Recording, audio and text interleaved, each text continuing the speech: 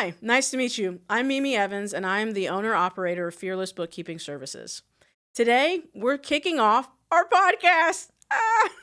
We're so excited that we have experienced some growth over the last couple of years, and now we're excited to start this new phase and start sharing our knowledge with others. One of the first things I'd love to chat about today is the difference before and after. So recently, we took on a customer. They are a remodeling company here in Atlanta, Georgia. And consistently, since the beginning of their inception, they've had to file tax extensions. Now, I don't know if everybody's aware of this, but tax extensions are actually more expensive than if you just would have submitted them on time. And we're not just talking about from the IRS perspective, we're also talking about your own personal bills because you're extending the time of when you can really consider that piece of 2024 or whatever the last year was is closed. Well, they had experienced this until this year. This year is the first time that they were actually able to file their tax return on time. This saved them both time, money, and a whole lot of stress. Because the other part of this is that we were able to get an estimated tax bill before December 31st. That meant we went into January 1 knowing how much we needed to make sure was available to pay taxes at the end of the year. The other thing that we were able to do before, or I guess after, is we were able to decrease the number of missing document and expense categories. The importance of this with any company is that these documents is money.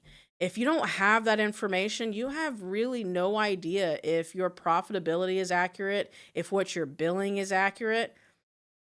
It makes a huge difference. I think it's interesting that a lot of us, and here's the thing, I really think that this is a human problem, not a business issue. This is us as humans that we get very focused on the end goal. We get very focused on the end. What does the end look like? That we forget about the journey. We forget about the steps and the necessary items that are needed to get us there. So, for an example, a lot of times with construction and remodeling, man, cash is king. You've got subcontractors that need to get paid and they need to pay their guys so that their families can eat. So this puts kind of a pressure on remodeling companies to make sure that they're paying their vendors timely. What does that mean sometimes? That means that sometimes things get missed if you don't have the right team in place. And I say team because I really do believe it's a team effort. It's not just one person. Teamwork makes the dream work, the saying for a reason, to be honest. Point blank, if you're not tracking your COIs and your expenses and you don't have all that documentation as you're going along your projects, you're kind of put yourself for a world to hurt at the end. This hurts not just your profitability, it hurts your insurance costs. For construction companies, let's be very clear. Insurance is one of the biggest expenses that you're ever going to have. And it's also one that you can control. It's ironic. I meet a lot of remodelers and a lot of construction individuals who believe that what the insurance broker gives them is there's nothing that they can do about it. And that's actually not true. But part of it is the knowledge. It's the understanding of what is the insurance agency and the brokers looking for? What do they need? How are they calculating your premiums? One of the biggest ways that they calculate your premiums is by COIs. It's the COIs that your vendors have protecting not just them, but you. That's all important for your insurance carrier. So, what did we do about that? One, we did an audit. We reviewed every single, when I mean every single, I really mean, we reviewed every single vendor and verified, did they need a COI? Because here's the thing, not every vendor does. So you could be wasting your time trying to collect documents that aren't actually necessary. Just so you know. So we're collecting the COIs in the front end, so we audit to make sure that everybody who needs a COI has one, and if they didn't, we followed up. And it wasn't just once. It was multiple times.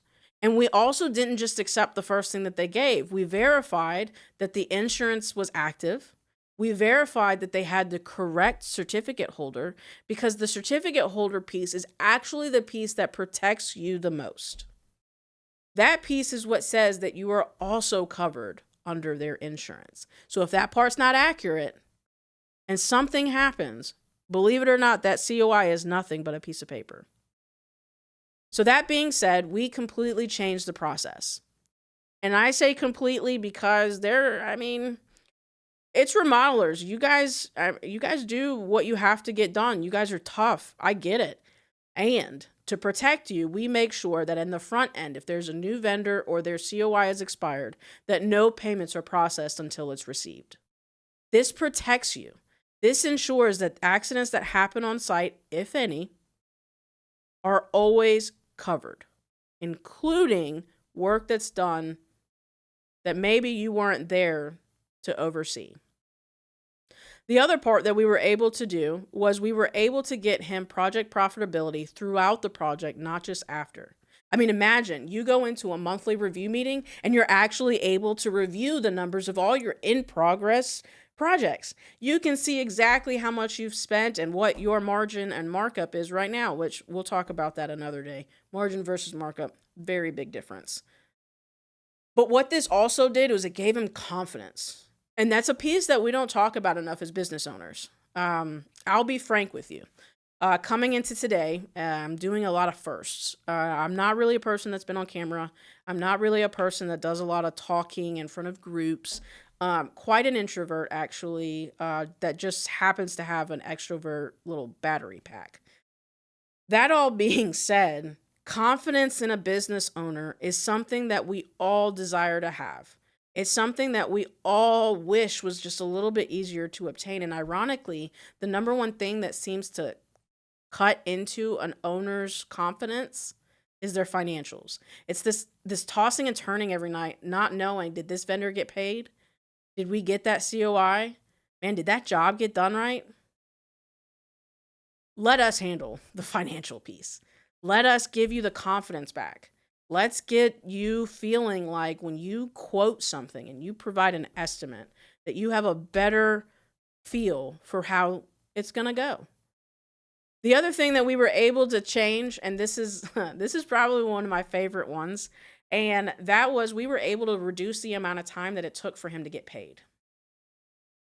One way we did this, and it's actually, interestingly enough, it is a controversial topic within the construction world, and that's accepting credit card payments. Here's the thing. I understand, we all understand that it costs more to process credit cards. So what did we do? We put a processing fee that if you wanted to pay with credit card, you got to pay a processing fee. The argument then was, well, who wants to pay if there's a processing fee? Well, who wants to pay? Those who just got that brand new card and are trying to hit that 100,000 bonus points, or the person that is like 100 points away from a free trip to Fiji. I don't know.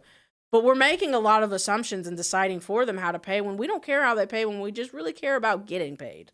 So let's make it easier for them. Let's give them more options, but let's also protect your profit at the same time. By doing this and by implementing weekly reminders after the first invoice was sent, we were able to decrease the amount of time to get paid by 85%. Now, percentages, I get it. That sounds very vague. So let me put it in terms that maybe most people will understand.